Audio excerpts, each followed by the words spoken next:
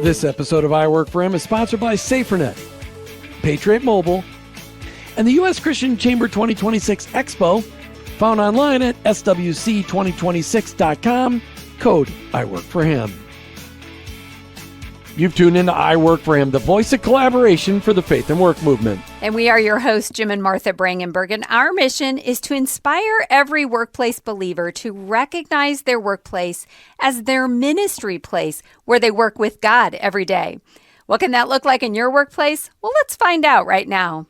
Are you a pastor? Do you work in a church? Do you have to work in a church to be a pastor or to be in ministry? Why is it so many Jesus followers today are feeling disenfranchised by their local church? Because their faith on Sunday seems irrelevant to work on Monday. Where did the disconnect happen between the early church and the church of today?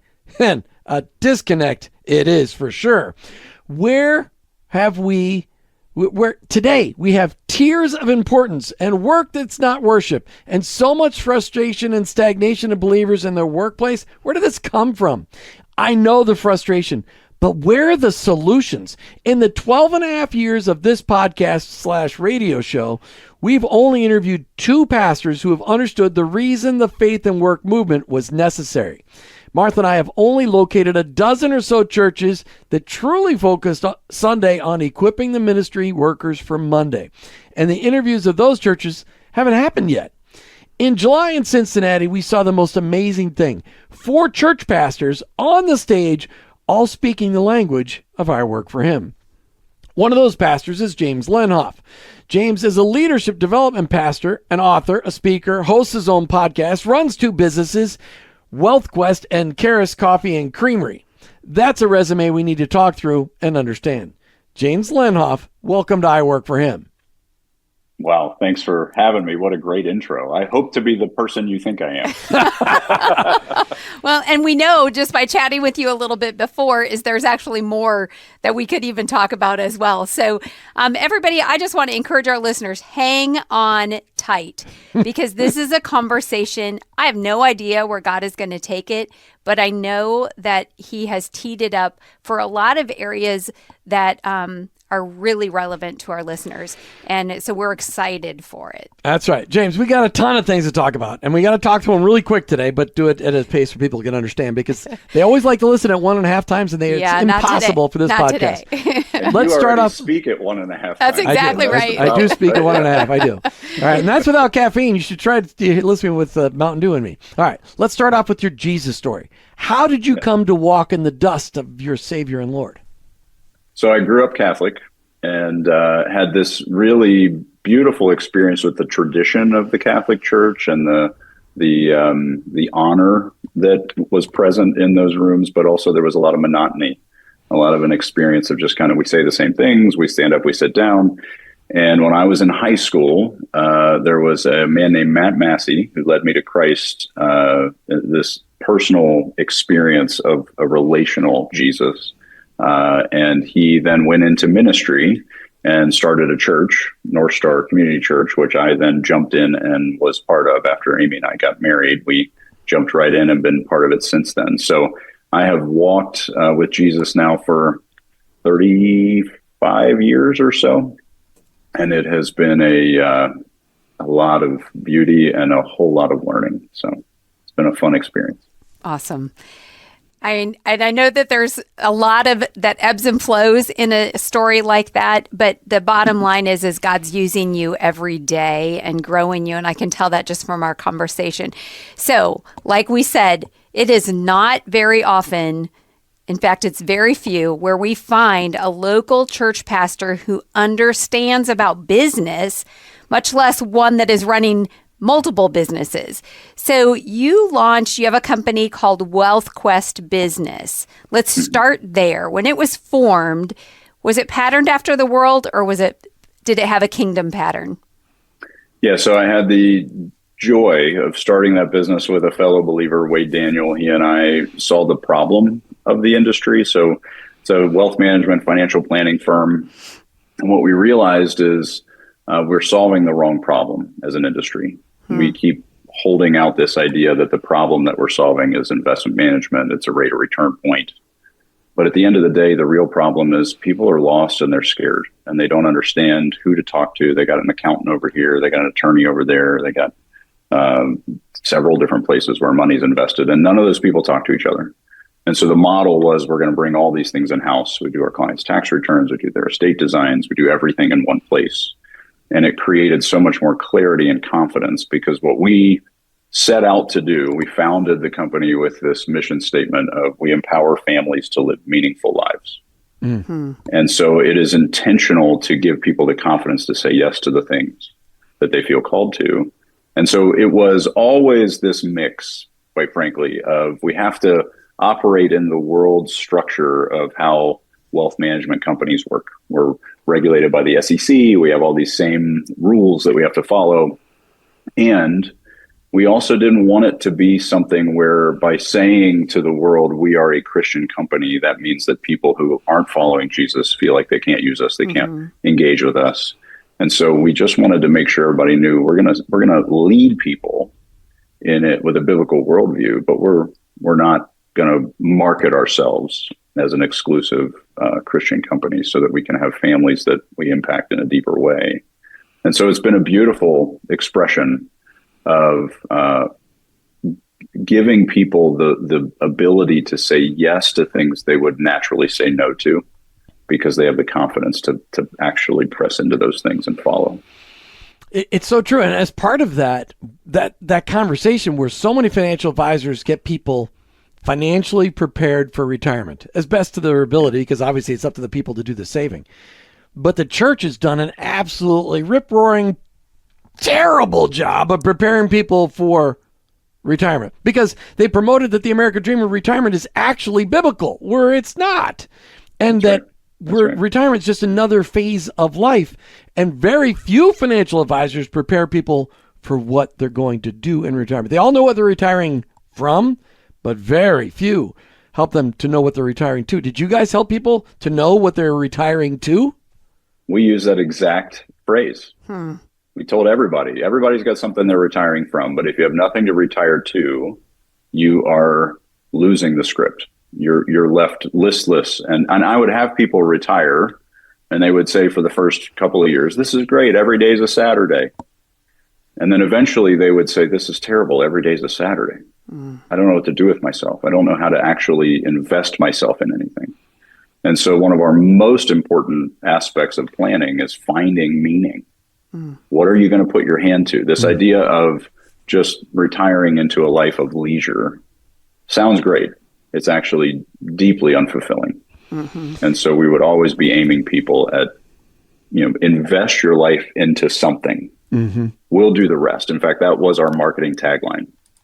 Invest in your life, we'll do the rest. Wow. And the idea was, we'll take care of all these goofy moving parts. You go do the stuff that matters. So. We did a 20-year on-site experiment for misery and retirement by living in Florida for 20 years in 2 different retirement neighborhoods. Both of them were homeowners associations, which is literally living purgatory on earth, because those people who have no purpose become the presidents and board members of homeowners associations. And because they're so miserable, they want everybody else to be miserable too. Yes, but they control the money, so they can actually make you miserable financially and physically. But we saw the dissatisfaction with living in pleasure. They had the ideal life. They get to live in Florida, right off the beach. They got to look at seashells every day, play tennis and golf, and they were miserable people. And it was sad. It was just sad.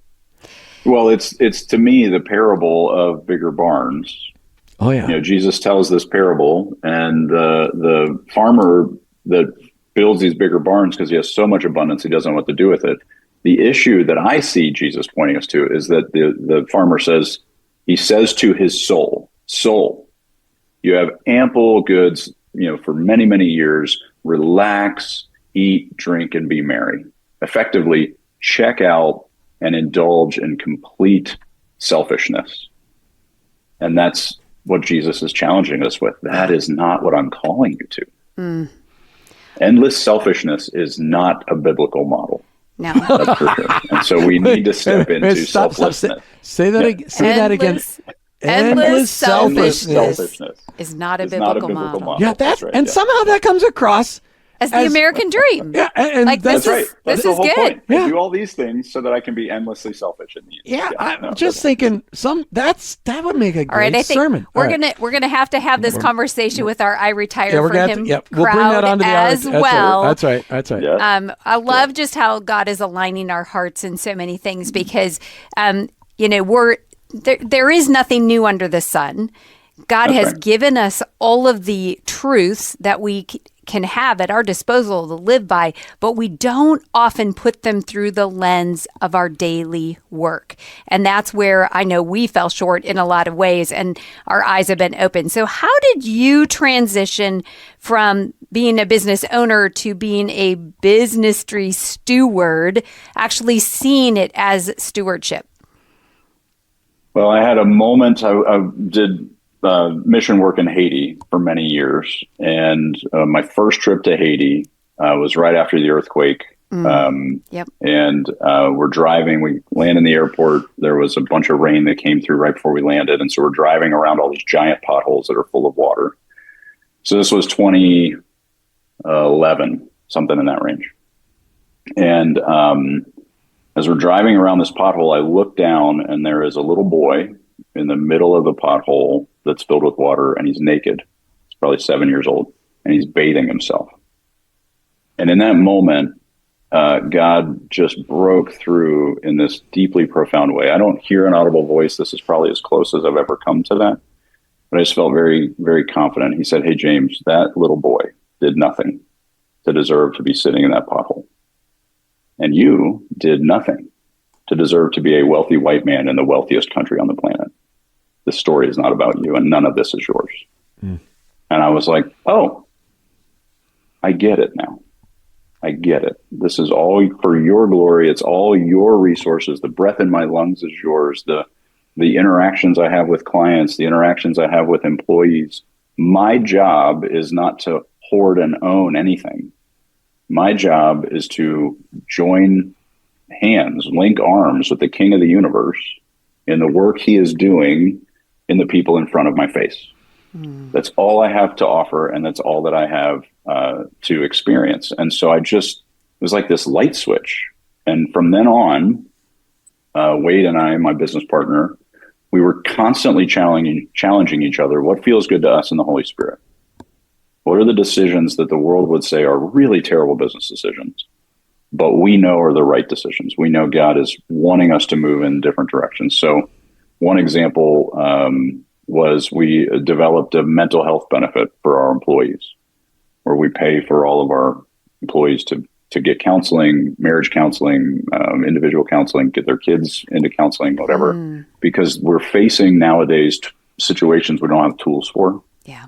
And we recognized that as part of our jobs as the patriarchs, so to speak, of this family of families, we need to invest in their health, not just, their physical health, but their mental health. And so just those are moments where there were just these lightning rod kind of kairos moments where time stands still and God's like this, and we go, okay.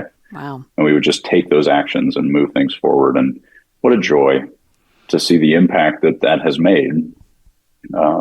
Just because we're willing to say yes to things that all of our competitors would say, well, that's dumb. Make them pay for it themselves. So, yeah. We did. In fact, we just hosted a conference that was mental health and entrepreneurship and mental health from a Christian perspective. So I want to know who or what was the biggest obstacle that you faced in that transition from business owner to business tree steward? Yeah. Well, the biggest obstacle is me. I have found that the biggest. I wrote a book called Living a Rich Life, and in that book, I talk about these generosity circuit breakers. That there's these moments, these stories that we tell ourselves that cut off this hard wiring that we're supposed to be generous, and I think that's God's image in us. He's a generous God, and one of the things that does that. That cuts that signal is this story about being self-made, where we say, I did it, I created it, I put in the effort, I built it, so it's mine. And if it's mine, I get to have authority over it. I get to do whatever I want with it. I get to enjoy it. And this was Ebenezer Scrooge's problem, right? In the Christmas Carol, he's like, I did it.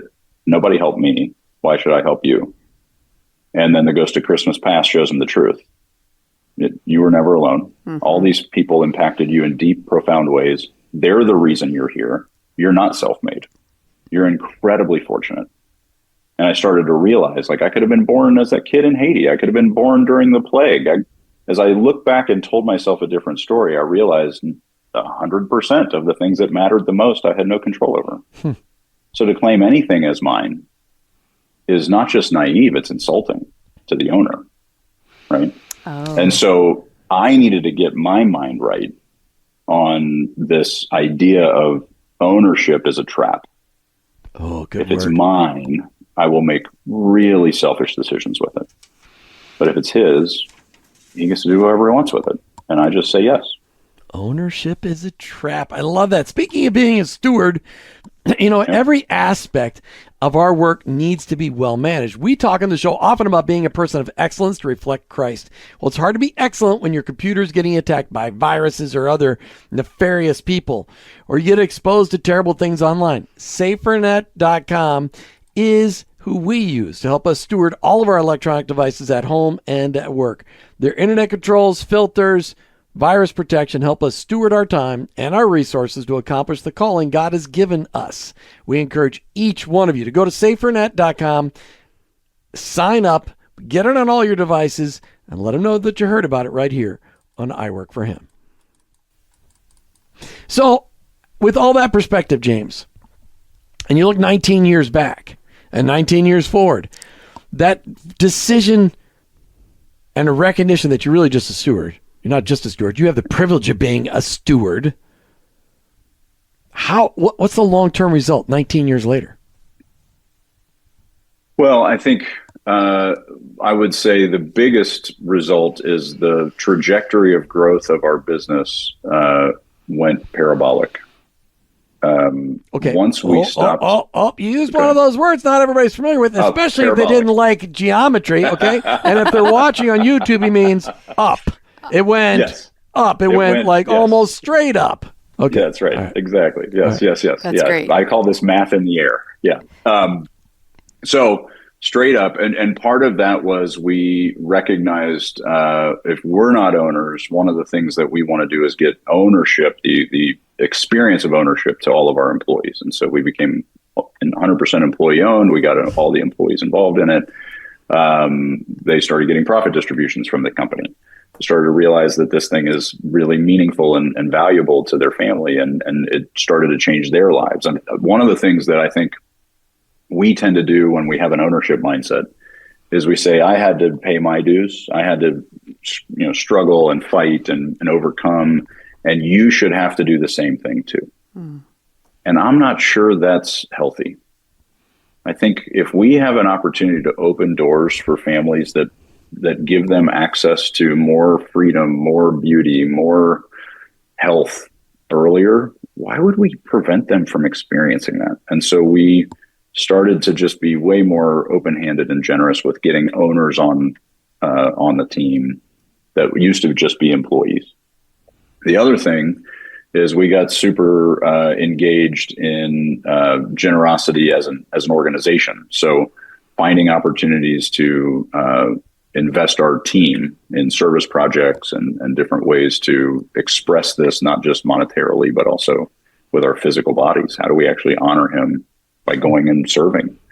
And that led to a lot of really meaningful connections for our employees. They found things that they were passionate about, and they became connected to those organizations and started to really run with them. And so just getting them access to some of this stuff was life-changing.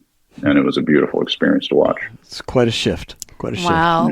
Listeners, I know that you might be longing for this same kind of paradigm shift in your own business and just can't imagine how to get it done. We are getting some examples today, but a great resource to help you gain confidence in running a kingdom company is the U.S. Christian Chamber of Commerce.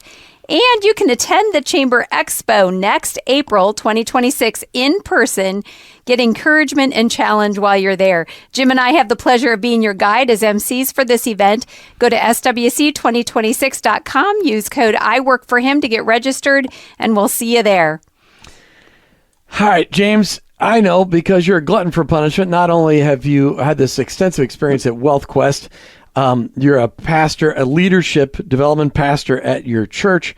You also started a coffee shop. Tell us this story.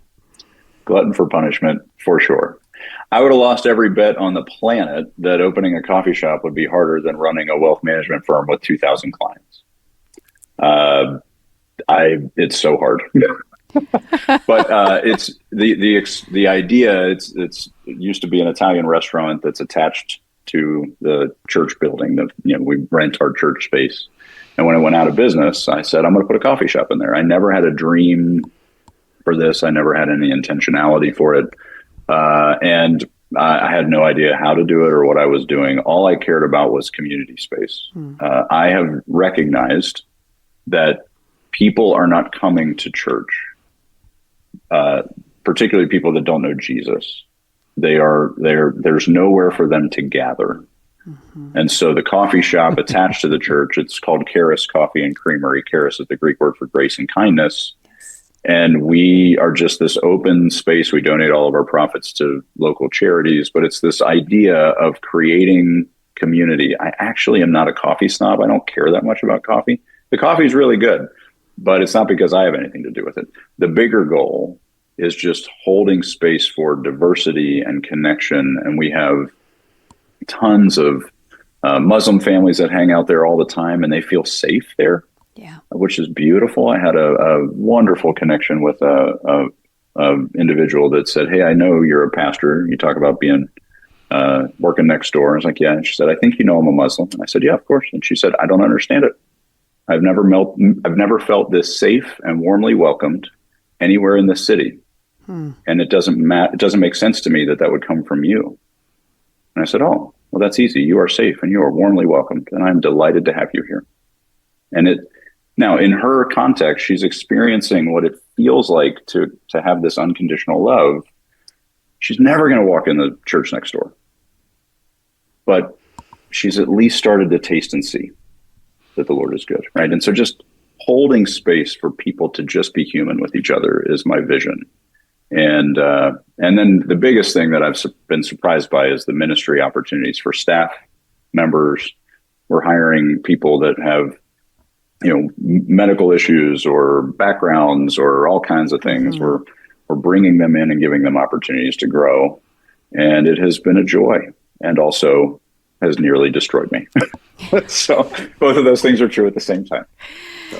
Yes, and. Yes, exactly. That's right. Exactly. And I'm just sitting here laughing because he doesn't even know. I know you don't even know, but this is just the journey that you have been on so parallels a lot of the things that Jim and I's journey looks like. In fact, to the point 4 days before this podcast launches, we opened a coffee shop. So no way. Yeah. So you should have talked to me beforehand. I'd have talked you out of it. yeah. But you know what? It's actually called The Gathering, very much for the same reason. A place to have community where people can sit and gather, put their feet under the table, and feel like they can linger and allow whatever needs to happen in that space.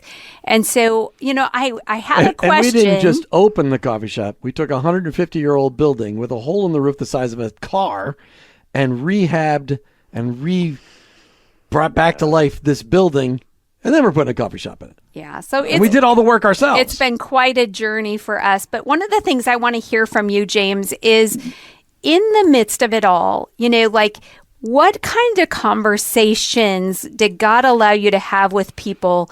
I imagine that sounded pretty much like, "What are you doing? Are you crazy?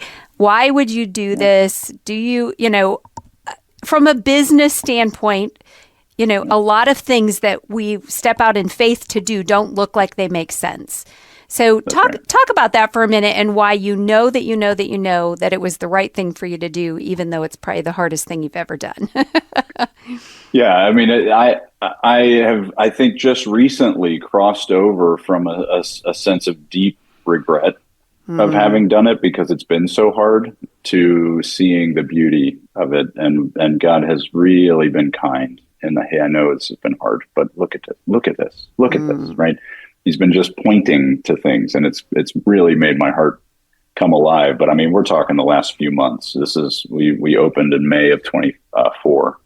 And so it's been a little over a year. And it is, I think the biggest thing for me is recognizing the deep felt need that the community has had for this place to just be allowed, to just be near each other, be with each other. When I'm in the barista mode and I'm making a latte, I'm literally pouring the milk and praying over it. And I bless the conversation that will happen over this beverage. I bless the community and the relationship that's going to connect over this drink. We have gelato as well. So as I'm digging out gelato, I bless this child's joy as they engage in this. It's just an opportunity to take what would be a monotonous thing, because work is worship, and turn it into a way to glorify the owner of all of this. And so, yeah, he did. I don't know for sure if he was like, "Hey, do this," or if I just did it and he's like, "Well, I can't. I'll use it." I haven't teased that out yet. I tend to jump off cliffs, and then he's like, "Okay, I'll catch you." But that's not what we're encouraging our listeners to do. Yeah. We encourage you only to jump off the cliffs your Heavenly Father's asked you to jump off. No, but I will say that a lot of people feel like their work is maybe meaningless, or that they're not fulfilled in it. And yet in everything that God calls us to, as you've said several times, work is worship. And right now, God may have someone in a job that they don't particularly like. They don't see why they're there. It's giving them a paycheck. Maybe that's the only reason they took the job. But God can use every single day, every hour of every work that we do, if we come into it with that approach, that it is worship unto Him. And yet we're doing it for whatever that purpose is, as long as it's legal, that it's a position where you can bless other people by being that cup of cold water that they may need in that moment, no matter what you're doing. So I do believe that even if it's people don't feel like they're in their calling, they are in their calling, because Absolutely. God has you there for purpose and on purpose. And if you open your eyes to it, you get to join the King of the universe and the work He has. It's a delight. We tend to get stuck in the monotony, but when we just lift our eyes up and say, "All right, this is your day. The breath in my lungs is your breath. What do you want me to do with your life?" The way I read Galatians 2:20, I have been crucified with Christ, and I no longer live. The idea of me is dead. It no longer exists. The only thing that's happening now is Jesus living through me.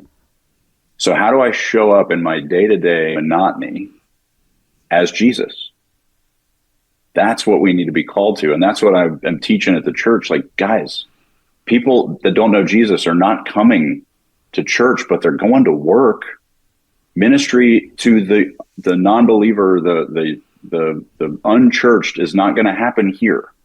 You need to be activated and prepared to do what God is asking you to do every moment of the day when you go to your place of work. We need to see it differently than just a paycheck. I totally agree. Well, we need to have you back to have a couple more conversations. One about church. How do we get our church to be like your church, that actually looks at business not as a necessary evil, but as an opportunity for community ministry, but also talk about this retirement, go deeper into that. But I want to just close out with this question. Many of our listeners today are struggling with the staleness of their faith in their work, whether they're running a business or whether they're operating a piece of heavy equipment or digging a ditch or selling cars, whatever it may be. They're worn out.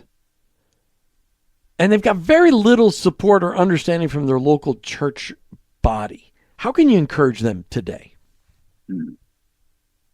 I think the biggest mistake that the Big C Church continues to make is this separation of this is where holy things happen and this is where worldly things happen. I think we have done a huge disservice. And what I encourage people who are finding their jobs monotonous, who are burned out, who are weary, if you just recognize every moment is holy. Jesus is in every one of these moments. Every breath that you take, you are breathing him in. And every exertion, everything you lift, every piece of paperwork that you file, everything you are doing with your physical body has an opportunity to bring glory to his kingdom. If you bring your everything to it, as monotonous as it is, you are glorifying him. And the most beautiful thing that has happened so many times for me is when someone notices that. When they say, why do you care so much about this? Why are you putting this much effort into it? Because their tendency is to just check out, do it kind of in a half, effort way and call it good enough. But when you show up with excellence, it is deeply attractive and really uncommon, and they want to know why. And you get so many opportunities to tell them because you're doing it for the king. Yeah. And he deserves it. He deserves your best. James, there are so many things that you have said or brought up or touched on lightly, or that we just didn't have enough time to cover, that our listeners have been digging into for a long time. And I just want them to know that one of the things that we're going to do is put a resource in the show notes of a sermon you just preached that, we have said for years on the I Work for Him show that people have never heard the sermon that their work matters. They've never heard the sermon about so many things that the scriptures actually have to say about our work. So listeners, I'm giving you this little bonus. You're going to have a sermon that you can listen to that James presented to a church, that just to take that next step and say, here's somebody who gets it, that is teaching others, and that it can happen around the globe. Because I believe that the scriptures, a lot of us have just had our eyes covered and our ears plugged to the truth of what God really has in store for us on a day-to-day basis. And I love just what you just said about every moment is holy. And that's really what it comes down to, is that perspective, that paradigm shift that we've been talking about. James Lenhoff, thanks for being on I Work for Him today. Thanks for sharing some of your story. I hope you'll agree to come back and we can have some more of these conversations. You betcha.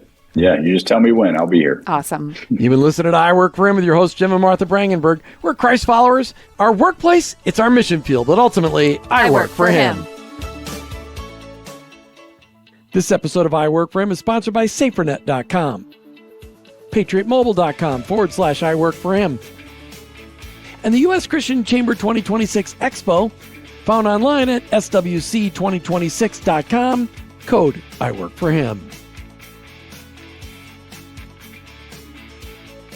Thanks for listening to the I Work for Him podcast with your hosts, Jim and Martha Brangenberg. Please visit iworkforhim.com to learn more about connecting your faith and work, to join the I Work for Him Nation, and to subscribe to our weekly newsletter. While you're there, check out the Tapestry database, a growing directory of faith and work organizations. You can also follow us on social media at I Work for Him to stay up to date and meet our guests. If today's message spoke to you, please subscribe, rate, and review the show on your favorite podcast platform. Your review will launch more workplace missionaries across America. That's I Work for Him, and online at iworkforhim.com. I work, the number 4, him.com.